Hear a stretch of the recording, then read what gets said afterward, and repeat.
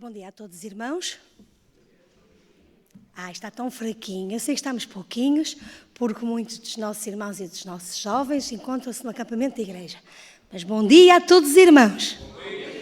Bom sábado. É ou não é um dia feliz por estarmos aqui na igreja? Então, o nosso espírito tem que estar de acordo com a nossa voz e a nossa voz de acordo com o nosso espírito. Espero que tenham um bom sábado e que este dia possa ser um dia deleitoso para cada um de nós. Também desejo um bom sábado a todas as pessoas que nos estão a ver em casa, através da internet. Tenham um bom sábado também. Estou a ver ali em cima uma cara conhecida, que já há um tempo grande que não se encontra no nosso meio, mas vem cá todos os verões nos visitar. É o nosso irmão César, também tenham um bom sábado na nossa companhia. E então convido todos a se levantarem para darmos início à escola sabatina, para entoarmos o hino do 322. 322, que tem como título No Serviço do Meu Rei.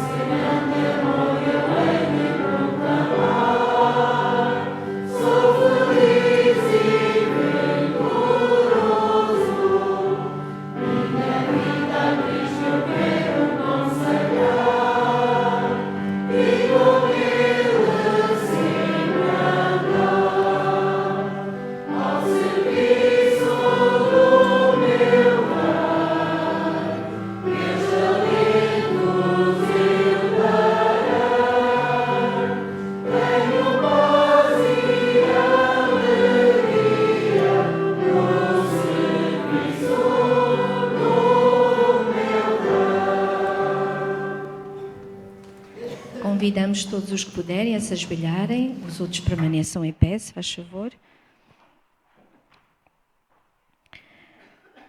Bom e eterno Pai, graças, Senhor, porque nos encontramos na Tua casa e porque aqui viemos para Te adorar.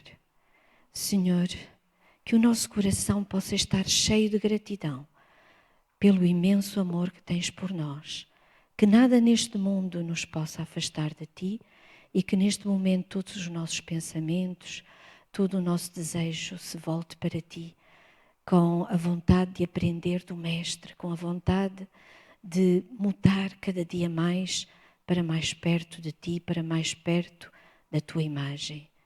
Que nada deste mundo nos atraia, que os nossos sentidos possam estar sujeitos a Ti e com a nossa mente Te adoremos.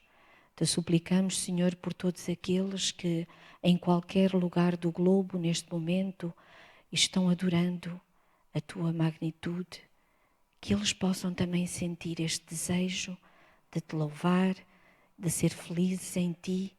Te suplicamos pelos méritos infinitos de Jesus. Amém.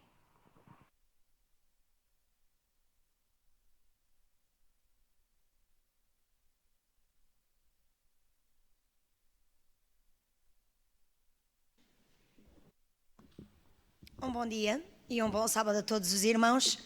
Espero que se encontrem bem no nosso meio. Para estes momentos de reflexão, eu vou-vos contar uma pequena história. Passou-se na década de 60, precisamente no auge da Guerra do Vietnã, onde um orfanato situado numa aldeia era administrado por médicos missionários. E ele foi atingido por um bombardeamento. Dezenas de crianças na hora morreram e muitas ficaram feridas. E entre elas estava uma menina de 8 anos. Essa menina de 8 anos estava em estado grave. E a única solução de salvar a sua vida era fazer uma transfusão de sangue. A equipa médica que estava já no campo missionário tentou rapidamente socorrê-la. Então, rapidamente, os médicos começaram então a fazer exames para ver se o seu sangue era compatível com o da menina. Mas nenhum médico era compatível. E então pensaram rapidamente numa outra solução. Ir à aldeia, procurar qual era a pessoa indicada compatível para a criança. E então explicaram os passos que iriam fazer. Todos iriam submeter-se a exames para que fosse encontrado alguém que fosse compatível com o sangue.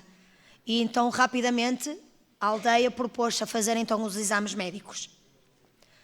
E chegaram à conclusão que só um menino dessa aldeia que era compatível com a menina de 8 anos.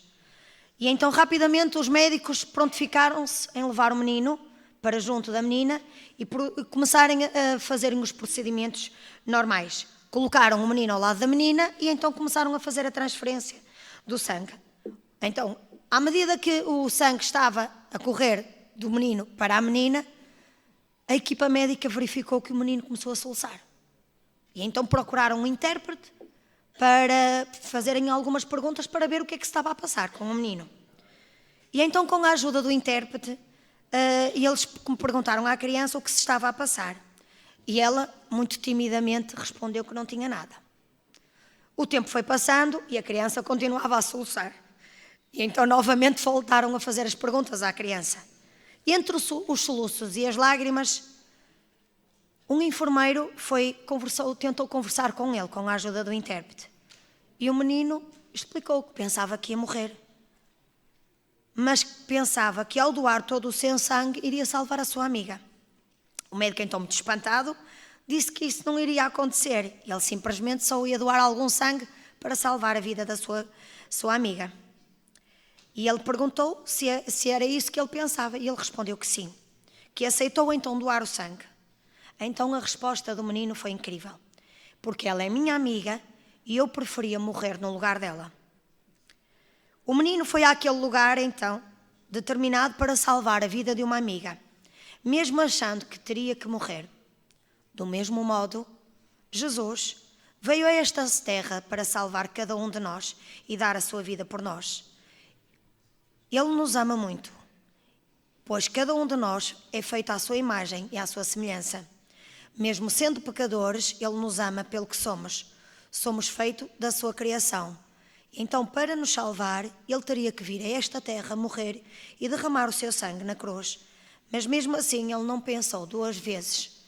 E temos um versículo que nos demonstra isso, que nos diz em São João 3,16, porque Ele amou o mundo de tal maneira que deu o seu Filho unigênito para que todo aquele que nele crê não pereça, mas tenha a vida eterna. O seu amor pela sua humanidade e o desejo de nos salvar foi muito maior que o medo da morte. E com a sua morte, Ele nos salva da condenação e da culpa. Quando entendermos e aceitarmos o amor de Jesus, Ele transforma a nossa vida. Jesus nos dá o verdadeiro valor e o seu amor nunca acaba. Termino com o que Romanos 5, 7, 9 nos diz: dificilmente haverá alguém que morra por um justo, embora pelo homem talvez alguém tenha coragem de morrer, mas Deus demonstra seu amor por nós. Cristo morreu em nosso favor, ainda que éramos pecadores, como agora fomos justificados por seu sangue, muito mais ainda por meio dele seremos salvos da ira de Deus. Ele nunca nos abandona. O que acontece é que nós por vezes abandonamos a Jesus e queremos fazer as nossas coisas à nossa maneira e por isso as coisas muitas vezes não correm bem. Jesus quer preencher a nossa vida com amor. Deixemos o amor de Deus transformar a nossa vida, pois aí sim iremos conseguir o céu e viver uma plenitude com Deus.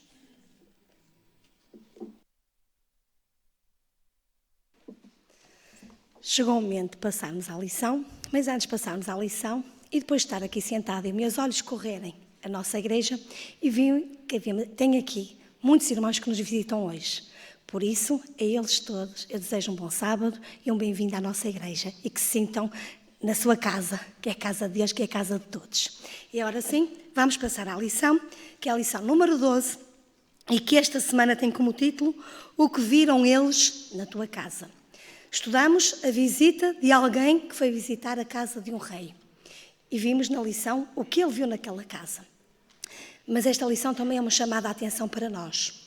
E podemos entender esta casa como dois sentidos. A nossa casa familiar e a nossa casa espiritual. O que é que os outros veem em minha casa? Minha casa espiritual e o que é que os outros veem em minha casa enquanto casa familiar. É isso que nós vamos refletir. O nosso convidado esta semana é o nosso irmão Joel e para eles a vossa atenção.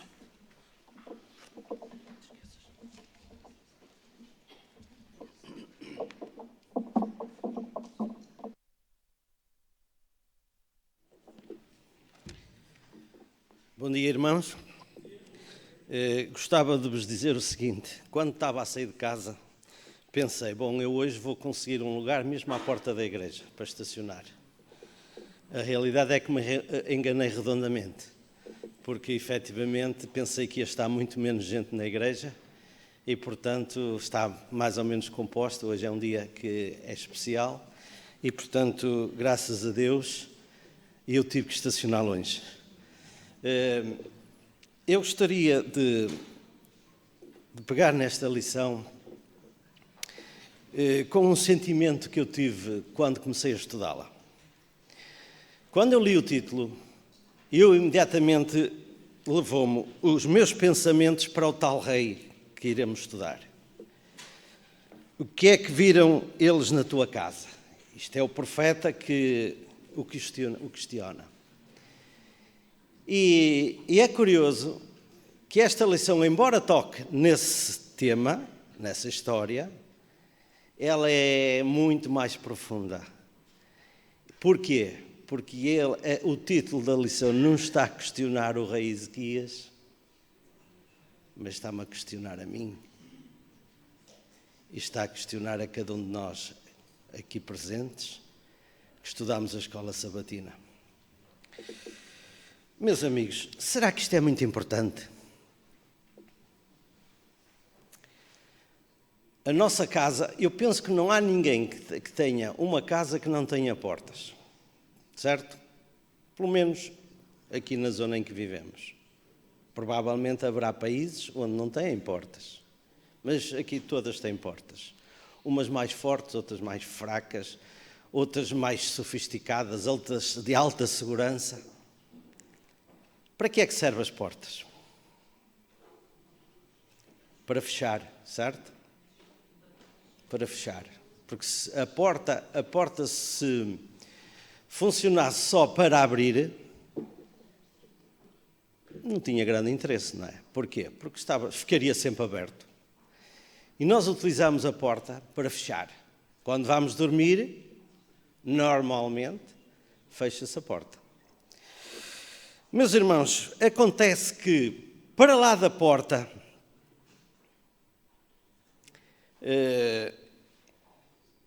acontece muitas coisas que não são visíveis, que não são detetáveis facilmente, mas que por vezes, ou sempre, perdoem-me ser mais rigoroso, sempre demonstram aquilo que nós somos. É para lá da porta. Porque dentro da nossa casa é onde nós somos concretamente nós próprios. Ali, porque já são muitos anos, para alguns, para outros provavelmente será poucos, mas são muitos anos de convivência e, portanto, não temos nada a esconder. Não conseguimos, melhor dito, não conseguimos esconder nada. porque a nossa esposa conhece-nos perfeitamente, os nossos filhos também já vivem connosco há muitos anos e sabem perfeitamente quem é o seu pai.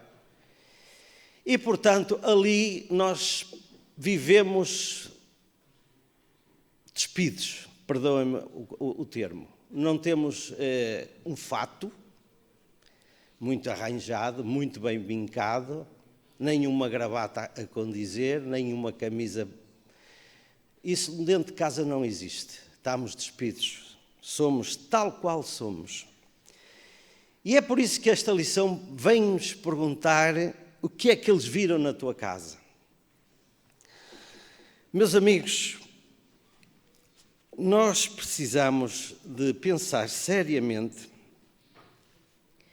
que, embora tenhamos portas para nos protegermos, são as tais portas que escondem tudo o que está para dentro, mas há uns seres que não são controlados por portas. São os seres celestiais. E esses penetram dentro da nossa casa. Perdoa-me dizer esta palavra penetra, porque penetrar é uma palavra que parece assim um bocado abusiva, mas não é. Eles estarão lá com todo o prazer, se nós desejarmos. Porque há momentos em que eles se calhar têm que se afastar. Mas se for permitido eles estarem dentro da nossa porta, se nós consentirmos que o ambiente do nosso lar seja um ambiente extraordinário, que seja um ambiente feliz, que seja um ambiente segundo a vontade de Deus, e eles terão todo o prazer de estar presentes e entrarão mesmo que a porta esteja fechada. A Raquel quer dar uma sua opinião. Foi interessante falar sobre isso, teres tocado nisso, Joel, porque lembrei-me de uma experiência de um nosso irmão que dirige uma emissora de rádio cristã, de música cristã, mas no início dessa rádio eles passavam muita música, embora não completamente contemporânea, não sei como é que eu hei de dizer isto. Aquela música considerada gospel, mas que não é propriamente igual à dos hinos, digamos assim. E certa vez foi convidado por um grupo de anciãos que ia à casa de uma jovem para tentar expulsar dessa jovem um espírito mau. E estavam em oração e a jovem começou a falar, de repente, quando chegou a vez dele falar, porque ela estava inanimada, digamos assim, e quando ele começou a falar, ela reconheceu a voz dele e disse: você é aquele senhor da rádio. Tenho que passar mais música daquela, porque quando passam os hinos, os meus amigos querem ir embora. E foi uma experiência que ele se sentiu muito assustado e constrangido, porque já na igreja muitas pessoas o tinham abordado no sentido de ele pensar duas vezes sobre a escolha das músicas que passava na rádio. Meus irmãos, e daí foi feito todo um estudo que o levou a outras conclusões que não vamos aqui falar. As crianças têm um hino que eu não conhecia, que fiquei a conhecer há pouco tempo, que é uma música que diz assim: o que é que tem na Arca de Noé? As monitoras sabem. E então alguém diz: tem um urso? E as crianças dizem: tem uma galinha? E eles têm um elefante? Tem. E depois alguém pergunta: tem uma bicicleta? E eles: não. Tem. Meus irmãos, o que é que tem dentro da nossa casa? E se eu pudesse agora questionar: tem um televisor? E nós dizíamos: tem. Tem um iPad? Tem. O que é que nós temos nos programas dos nossos iPads? E aí, se calhar, tínhamos que ficar calados. Já não podíamos ser tão transparentes como as crianças, dizer: não tem. Compreendem? Isto é um exemplo interessante, que as crianças sabem perfeitamente que não tem bicicleta na Arca de Noé, que não tem patins, que não tem tudo aquilo que é do mundo, tudo aquilo que não foi os animais que Deus cuidou que entrassem dentro da arca. A nossa casa é um bocado a Arca de Noé. É um lugar protegido por Deus, em que Deus é que fechou a porta e que, portanto, dentro da Arca de Noé existia com certeza bondade, existia generosidade e existia amor. Mas pode existir na nossa casa tensão, pode existir ira, pode existir ressentimento, amargura e discórdia. Sim, sim. Um único minuto. É o seguinte, eu gostei muito daquela tua ilustração sobre a porta fechada. Não há dúvida nenhuma que ela demonstra verdadeiramente aquilo que deve ser o comportamento do cristão. Isto é, da porta, para lá da porta, não é? Para o interior. Mas queria só dizer o seguinte, que a vida do cristão deve ser um livro verdadeiramente sempre aberto. Sempre, em qualquer página se pode ler, sem comentários depreciativos em relação à nossa vivência e em relação ao nosso comportamento para com Deus. E, portanto, não há dúvida nenhuma de que a responsabilidade que nós temos é muito grande, exatamente por aquilo que tu disseste e por aquilo que realmente se passou com o próprio rei Ezequias, que mais tarde poderás comentar. Já lá vamos. Meus amigos, mas não podemos passar à frente enquanto não estudarmos, enquanto não falarmos aqui um bocadinho do versuário, certo? O que é que nos diz lá? Vocês, porém, são gente escolhida. Vocês são gente escolhida. Escolhida por quem? Por Deus. São um povo santo de sacerdotes ao serviço do reino. Povo que pertence a Deus. Foram escolhidos para proclamar as admiráveis obras de Deus que vos chamou das trevas para uma luz maravilhosa. Portanto, se nós, como igreja, somos uma gente escolhida, somos escolhida com um propósito. E a igreja é composta por quê? Por famílias. E, portanto, a nossa casa deve ter estes parâmetros bem presentes, porque somos o povo santo, sacerdotes ao serviço de Deus. Vamos então rapidamente, porque senão o tempo esgota-se, ao rei Ezequias. Meus amigos, o rei Ezequias era um servo de Deus. É considerado na Bíblia como um rei bom. Mas ele, quando o profeta Isaías o veio avisar que ele iria morrer, quando ele chegou ao pé dele e disse: olha, faz o teu testamento, porque os teus dias vão terminar brevemente. Isso para ele foi um caso muito complicado.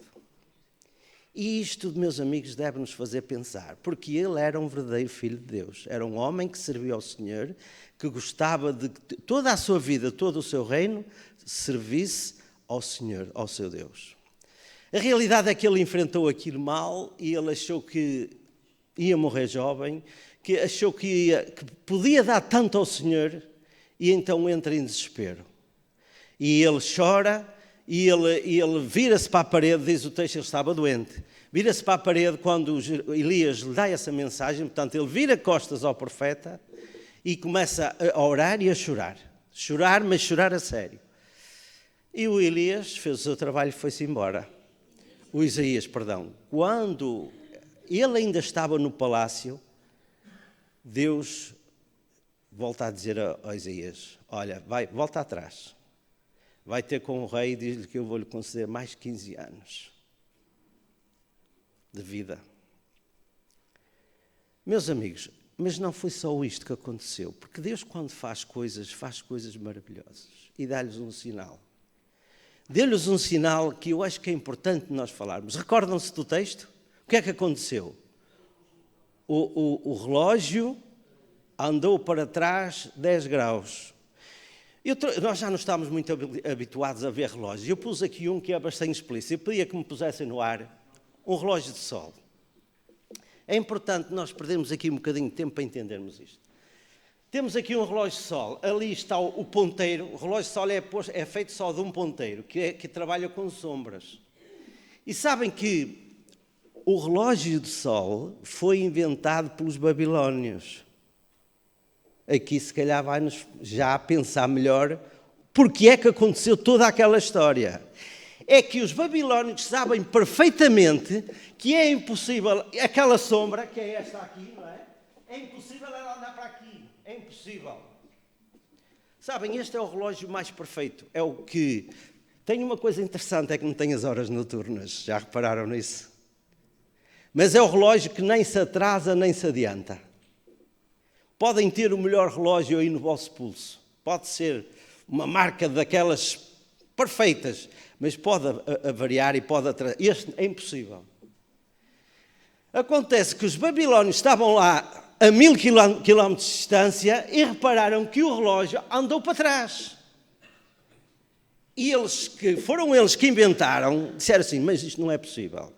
Algo importante aconteceu, temos de saber o que é que aconteceu. Temos que nos informar, porque o relógio que nós inventamos é impossível ele atrasar-se ou adiantar-se. E eles começaram a querer saber mais, até que souberam que em Judá, ou em Jerusalém, tinha acontecido um rei que estava prestes a morrer e que foi curado, e que a prova da sua cura era que o relógio ia atrasar-se um bocado, 10 graus. Agora, para um babilónio que sabia perfeitamente como é que funcionava o relógio de sol, é algo de extraordinário. É algo que não é possível humanamente acontecer. Meus amigos, sabem que o relógio é um instrumento que foi criado por eles, mas depois foi adotado por muitas pessoas. E é importante nós aqui fazermos esta comparação. E se não reparem, os templos, as mesquitas dos muçulmanos, normalmente as antigas tinham um relógio de sol. O que é que os muçulmanos fazem com muita frequência durante o dia? Eles fazem orações. É curioso que eu soube que há dias, ouvi uma peripécia de uma brasileira que chegou a Portugal, que vinha para Portugal, mas erradamente, e ela ficou presa no aeroporto. Pelo CEF, não é? Acho que é CEF.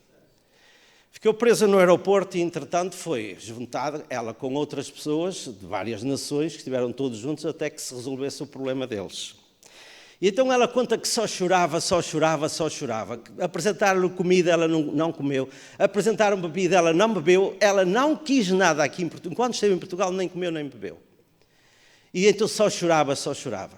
E então diz ela que ficou-lhe traumatizado na cabeça, que com ela estavam 2 muçulmanos. Portanto, estavam presos, entre aspas, que aquilo não é bem uma prisão. E então, à hora das orações, os muçulmanos pegaram no tapete e começaram a fazer... Estavam nas mesmas condições que ela, mas começaram a orar à hora da oração normal deles. Isto para vos dizer o seguinte, que são muçulmanos, não são cristãos, mas a realidade é que às vezes também aprendemos lições com eles.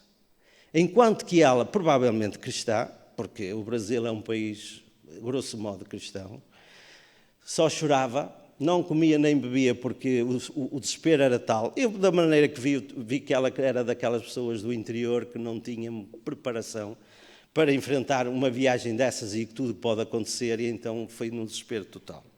Isto só para vos dizer o seguinte, meus irmãos, é assim, nós como cristãos devíamos ter isto presente e devíamos acatar as ordens do Senhor nos momentos mais fáceis como nos momentos mais difíceis. Portanto, se ela estava a viver aquele momento terrível para a vida dela, ela devia ter uma atitude que, quando viu os muçulmanos a orar, devia pensar assim, ei, afinal eu também tenho a quem me dirigir, tenho a quem pedir socorro.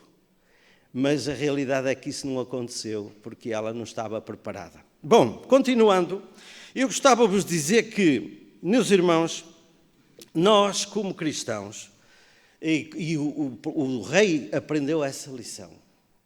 Nós devemos aceitar as ordens do Senhor. Quando Deus achar por bem que é hora de nós terminarmos a nossa vida, devemos aceitar com paz e com alegria. Porque para ele foi desastroso. E não só para ele, para toda uma nação. A nação de Judá sofreu muito com esse período. Mas Deus, por vezes, testa-nos. E Deus aqui testou o seu amado rei, porque era um rei que servia ao Senhor. E esta lição chegou aos nossos dias para nós, de alguma maneira, entendermos isso. A nossa lição depois continua, que é importante, e voltando, o que é que encontrei, o que é que se viu na tua casa, isto quer dizer que o mais importante, reparem, o mais importante que nós como cristãos temos nesta terra é cuidar da nossa família. E quantas vezes já aconteceu de filhos de Deus, verdadeiros cristãos, que se esforçam imenso em salvar almas, esgotam o seu tempo todo em estudos bíblicos, em procurar dar conhecimento da palavra de Deus e descuram a sua família. Ok, ser rápido, senão o tempo esgota. Ok.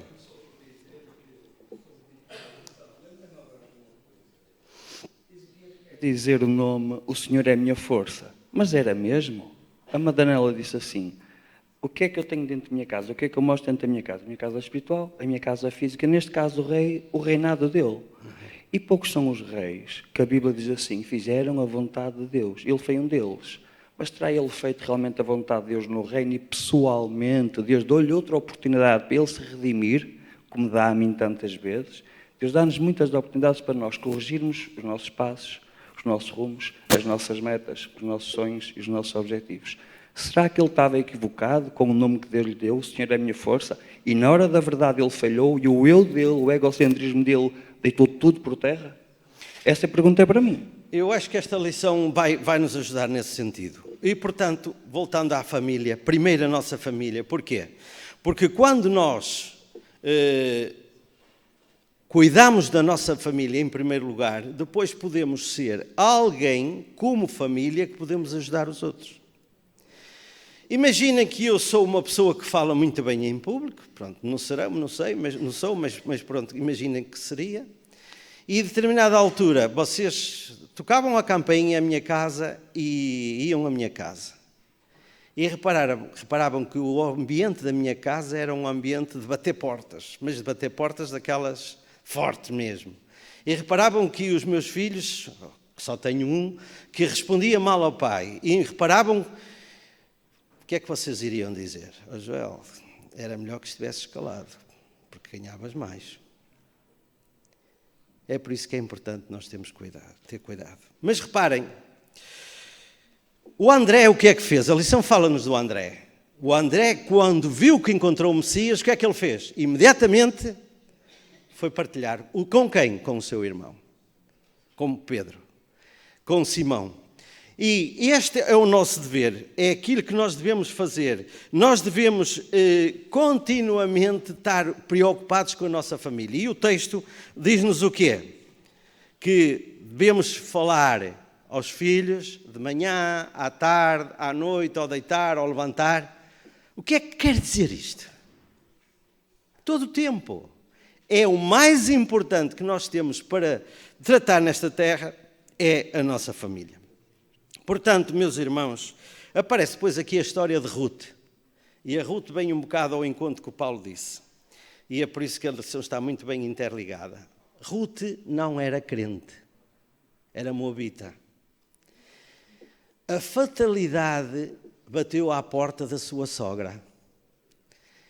E dela também. Mas reparem que a sogra era crente. Mas a realidade em que, a determinada altura da sua vida, ela lamentou a sua situação. E, convenhamos, não era caso para menos. Mas mesmo assim, isto para vos dizer o seguinte, A lição vai nos falar que devemos seguir o exemplo dos nossos irmãos. E aqui já podemos tocar nisso. Embora a Noemi não fosse perfeita, ela conseguiu, ou melhor, a sua família conseguiu incutir dentro da cabecinha da Ruth. Era uma jovem, lembrem-se, era uma jovem que tinha uma vida toda pela frente, não era como a sogra, que já não tinha hipótese de ter filhos, já tinha o futuro dela, estava decrescente. Mas ela reparou que aquela mulher, que a fé daquela mulher, embora com fraquezas, ela era o ideal para a sua vida. E então vem aquela célebre frase que todos nós conhecemos: o teu povo é o meu povo, o meu Deus é o teu Deus. O teu Deus é o meu Deus. Portanto, onde tu morreres, eu vou morrer. Onde tu fores, eu irei. O que é que a Ruth estava a dizer à sogra? Estava a dizer que encontrou naquela família o melhor para a vida dela.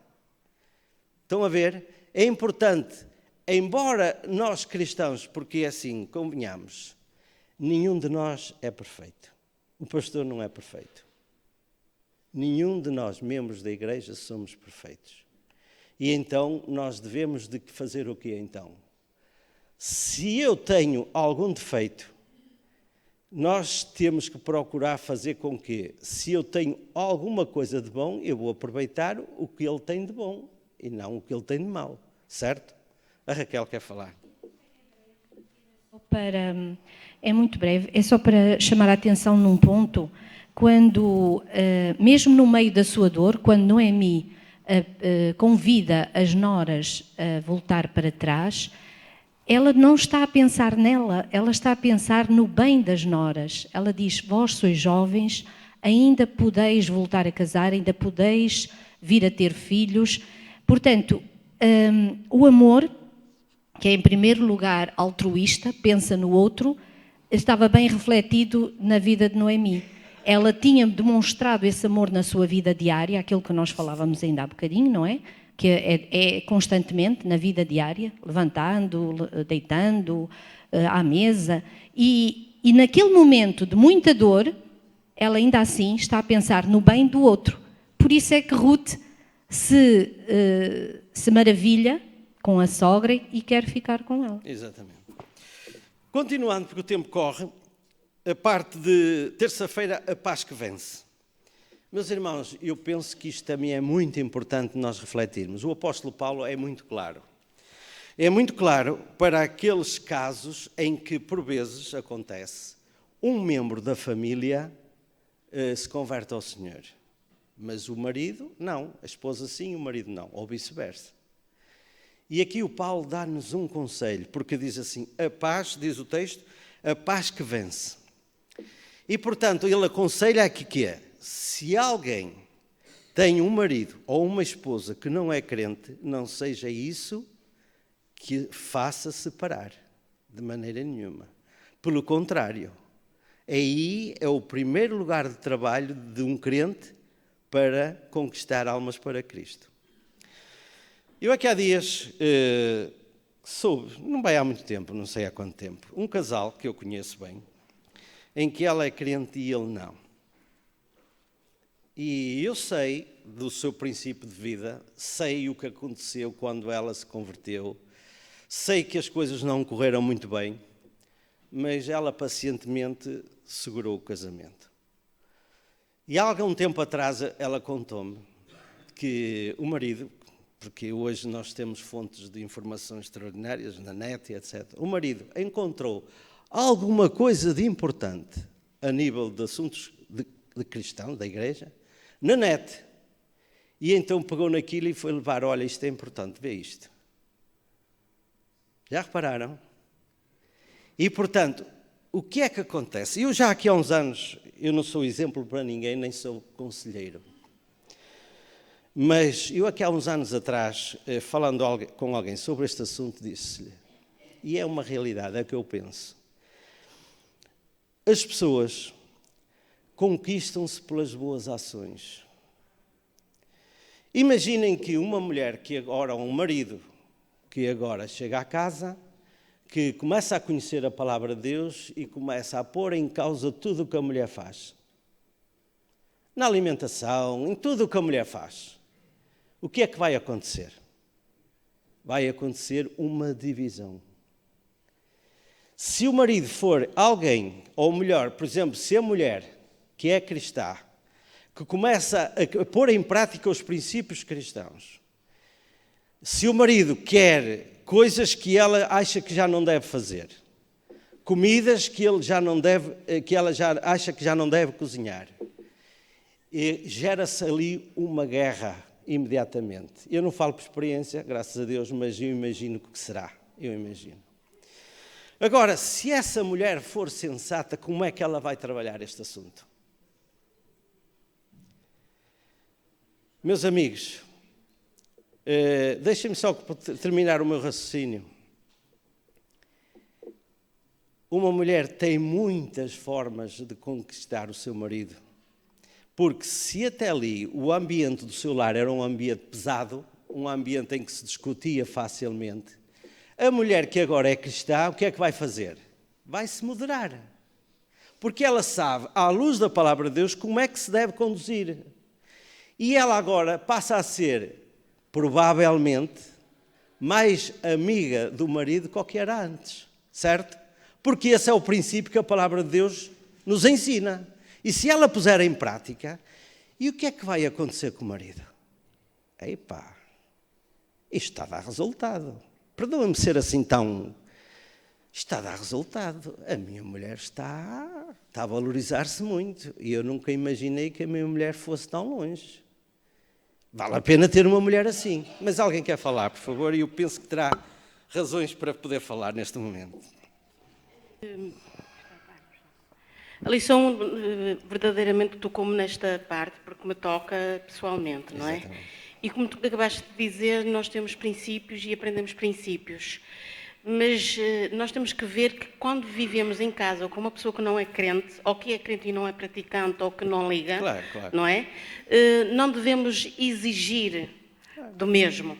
Devemos agir para nós próprios. Eu dou exemplo por muito simples. Comecei por muito simples, na alimentação. Deixei de comer carne de porco e deixei de o fazer em casa. Agora, ele quis carne de porco e eu fazia carne de porco para ele. Para mim fazia frango, certo? Mas aos poucos ele deixou de comer os carne de porco. E agora não há carne de porco. Tem em casa para toda a gente. E isso é que a gente tem que fazer dentro da nossa casa. Exatamente. É o testemunho. É o testemunho também do estudo da palavra. Que por vezes podem, às vezes, eles não estarem atentos, mas eles estão atentos. O facto, por vezes, de eu sair da igreja e chegar a casa para almoçar, ele vem perguntar o que é que foi o culto. Se ele parece que está a leste, mas não está a leste. Ele gosta de aprender. E é isso que nós devemos fazer. E ser pacientes naquilo que a gente vai fazendo ao longo do tempo. Não é por acaso. O que é que São Pedro diz? Mulheres, sejam submissas aos vossos maridos. Desse modo, mesmo se algum deles não creem na mensagem de Deus, hão de ser conquistados para a fé pelo vosso procedimento. Paulo é fabuloso. Nem é preciso falarem, porque às vezes não é permitido falarem. Mas também não é preciso. Pois eles darão conta da vossa conduta modesta e respeitosa. Minhas irmãs, meus irmãos, vão por aqui. Paulo é inspirado e é o caminho que todos devemos seguir. Fomos chamados para viver em paz. É o primeiro princípio. Agora, há aqui uma questão que se levanta. É a pergunta que está cá em baixo, para baixo do meio da lição. Quais podem ser as limitações da responsabilidade de um cônjuge para com o companheiro ou companheira não crente? Quais podem ser as limitações? Sabem qual é? É a lei de Deus. É a lei de Deus. É a nossa limitação. Nós devemos amar o nosso marido ou amar a nossa mulher, mas não pôr em causa a lei de Deus. E então, aqui está o grande encontro. E é por aqui que devemos ir. A fidelidade à exigência de Deus sobre a nossa vida não requer que um cônjuge tenha que sofrer maus tratos às mãos de um companheiro violento ou de uma companheira violenta. Isto é a segunda parte da lição que também é importante nós sabermos. Se por acaso a nossa mulher não quer viver mais connosco por causa da nossa fé, não podemos impedir, certo? E aí temos que ter essa consciência. E a Bíblia também nos ensina como é que se deve tratar disso. Mas se não é o seu caso, nós devemos procurar servir ao Senhor em nosso lar. Seja em que circunstância for. A lição tinha muito que dizer, mas vamos continuar. Sim. Eu acho que é muito importante, eu acho que ela tem esta experiência, que é a única que nós conhecemos mais de perto. Eu acho que ela tem a preocupação, quando ela chegar a casa, não ser apontada pelo marido, tu foste à igreja e deixaste fazer isto, claro. Deixaste a cama por fazer, ou deixaste a comida para eu comer. Realmente, quando nós temos esta luta em nossas casas, nós não podemos levar para as nossas casas os problemas da nossa igreja. Ela tem que evitar de levar isso para a nossa igreja. Problemas que nós temos aqui, não há igrejas perfeitas e todos nós temos os nossos dilemas aqui dentro. E ela tem que se precaver de levar isto para o seu marido que não é crente, porque se ela um dia quer levar a mensagem ao seu marido, não pode levar estas coisas para ele. Ela tem que levar uma mensagem que o marido deseja muito vir à igreja. É isso que ela tem que fazer. E em relação àquilo que tu disseste muito bem, em relação a quando nós convidamos alguém para a nossa casa, o que é que eles veem? Sabem? E disseste muito bem, a nossa esposa conhece-nos muito bem, e nós as nossas esposas, não é? E nós temos de ser autênticos quando recebemos alguém à nossa casa. Não podemos ali ser atores, temos de ser autênticos, porque é com as nossas limitações, com os nossos erros que nós vamos aprendendo as coisas, não é? Quando convidamos alguém à nossa casa, os nossos filhos não podem estar agarrados ao iPad e aos computadores e não vir cumprimentar as pessoas que nós estamos a receber com muito amor e carinho. Eles têm que nos acompanhar.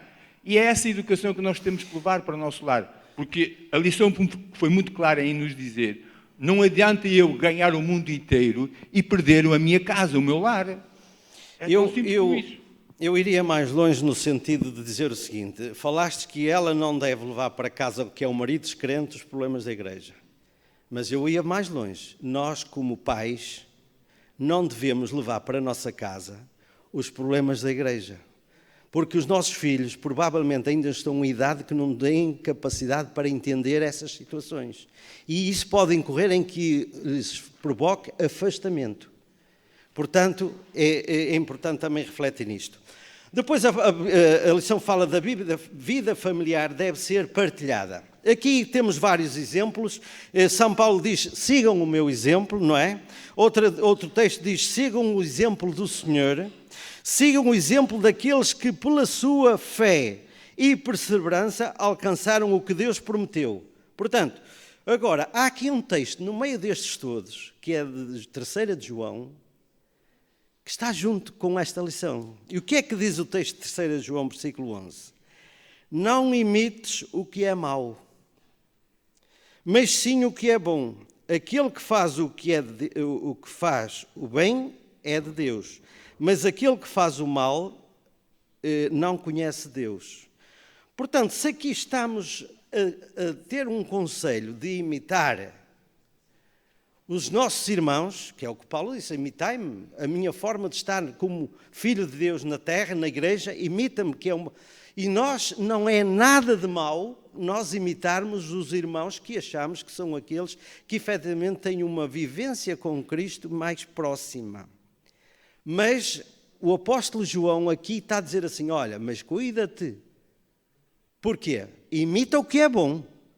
Porque qualquer irmão, e quantas vezes já aconteceu nós ficarmos grandemente decepcionados, porque pensávamos que aquela pessoa era o modelo de cristão. Aquela pessoa era aquela que efetivamente como eu gostava de ser. E acontece qualquer coisa na vida daquele tal que era o modelo, que faz cair por terra tudo aquilo que eu idealizava. Portanto, para não corrermos esse risco, nunca nos esqueçamos, o nosso primeiro exemplo, o nosso maior exemplo é Cristo. E esse aí nos decepciona. Porque senão podemos sofrer consequências. Para terminar, porque eu já vi que o tempo se esgotou, temos aqui o facto da hospitalidade, certo? A hospitalidade é importante. Aliás, Abraão recebeu anjos sem saber. E é curioso que aqui tem um pormenor no português moderno, ajuda-nos a entender melhor.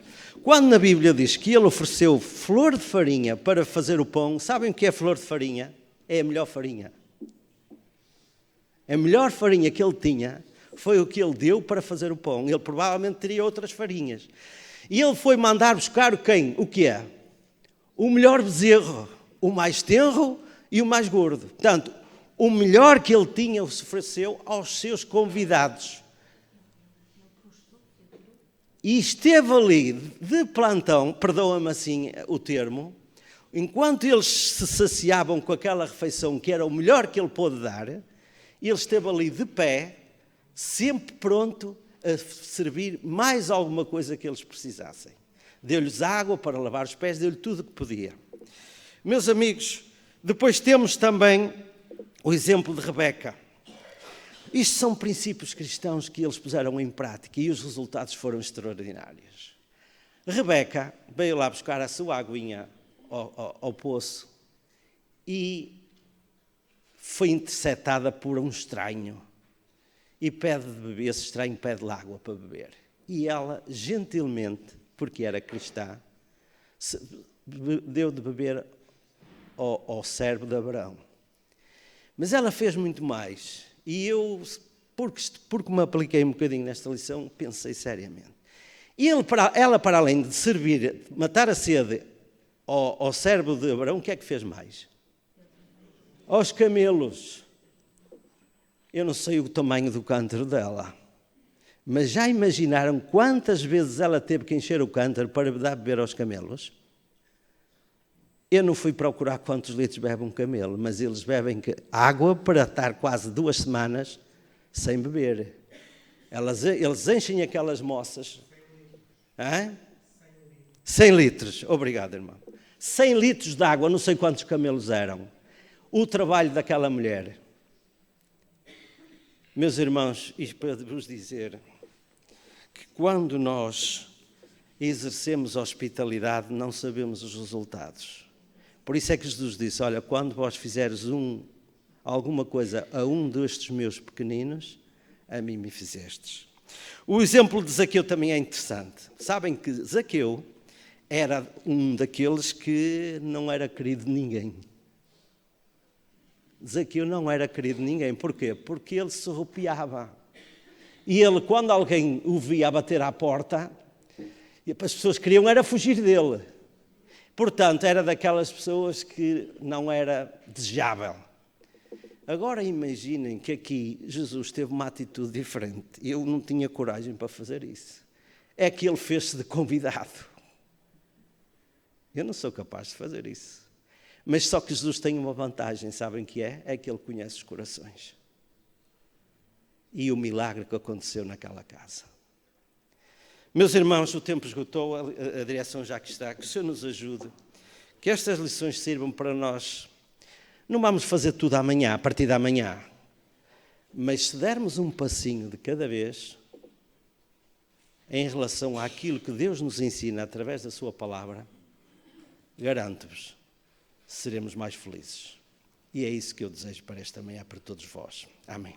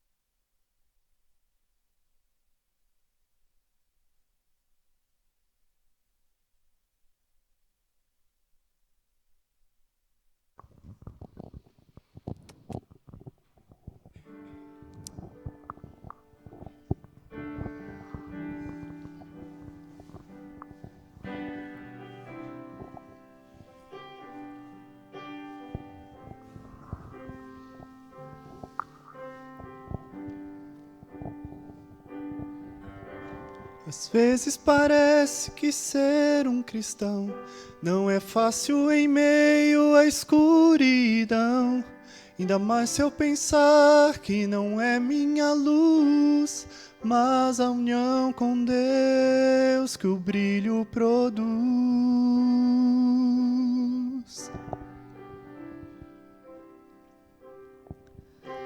Às vezes parece difícil entender que o cristão é exemplo mesmo sem o querer. E por isso mesmo eu preciso orar para que Deus me ilumine e assim eu possa brilhar. Senhor, eu quero brilhar por Ti quando o mundo se apagar. Eu quero que através da minha vida alguém possa Te enxergar. Faze com que mesmo sem palavras eu fale do Teu amor. Eu quero brilhar por Ti, brilhar onde quer que for.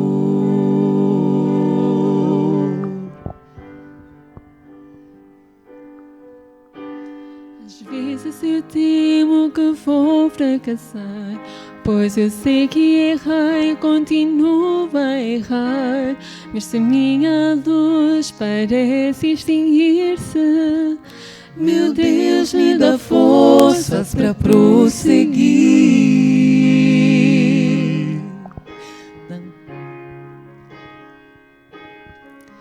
Não importa o quanto eu tente me esforçar, eu só posso vencer se Ele me ajudar. E quando percebo meu esforço é vão, o que devo fazer é segurar Sua mão. Senhor, eu quero brilhar por Ti quando o mundo se apagar.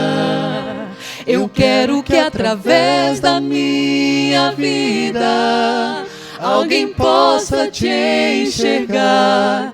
Faze com que mesmo sem palavras eu fale do Teu amor. Eu quero brilhar por Ti, brilhar onde quer que for. E quando minha luz parece vacilar, é só me unir àquela luz que a todas faz brilhar. Senhor, eu quero brilhar por Ti quando o mundo se apagar. Eu quero que através da minha vida alguém possa Te enxergar. Faze com que mesmo sem palavras eu fale do Teu amor. Eu quero brilhar por Ti, brilhar onde quer que for. Eu quero brilhar por Ti, brilhar onde quer que for.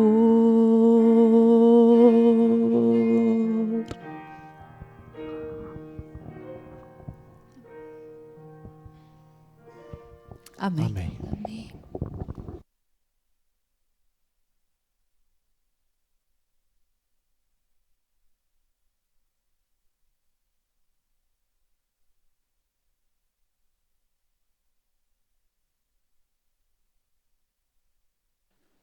Agradecemos estes 4 jovens, o André, o Éric, a Vera e a Daniela, que nos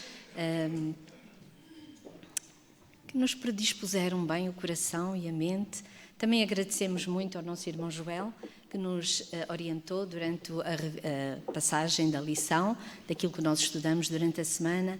Eu penso que neste momento nos sentimos em paz e podemos com certeza elevar esta prece ao Senhor com que vamos agora terminar a nossa escola sabatina, o hino 326, Vaso de Bênção. Que sejamos vasos de bênção nas mãos do Senhor.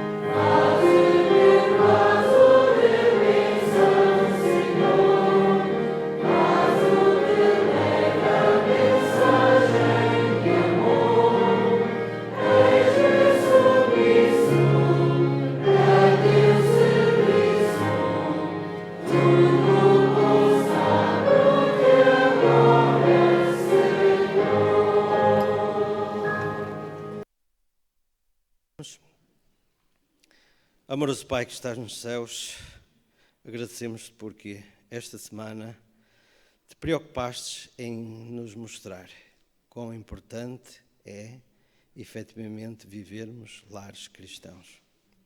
Porque ficámos a saber, Senhor, que se efetivamente isso não acontecer, é tempo perdido aquele que passamos na tua Santa Casa. Se nós não pusermos em prática dentro das nossas casas aquilo que aprendemos, seremos mais responsabilizados do que se nunca tivéssemos conhecido. Sei que tu, Deus, és um Deus de amor que perdoas e que estás sempre desejoso em fazer-nos crescer. Por isso, Senhor, ajuda-nos a ser humildes para aceitar os teus ensinamentos, para nos ajudar, Senhor. Sabemos que nós somos muito fracos, mas sabemos que o teu Santo Espírito, se habitar no nosso coração, se habitar nos nossos lares, ele irá conduzir a nossa vida para o lugar que tu desejas. E assim estaremos preparados para o grande encontro, que é aquilo que tu tens prometido a cada um de nós. Abençoa muito a tua igreja. Abençoa a todos aqueles que hoje não estão presentes, que estão deslocados, que eles também possam viver este dia em paz contigo e em paz uns com os outros. Ajuda-nos a depender de ti em tudo o que façamos. É que humildemente peço por Jesus Cristo. Amém, Senhor.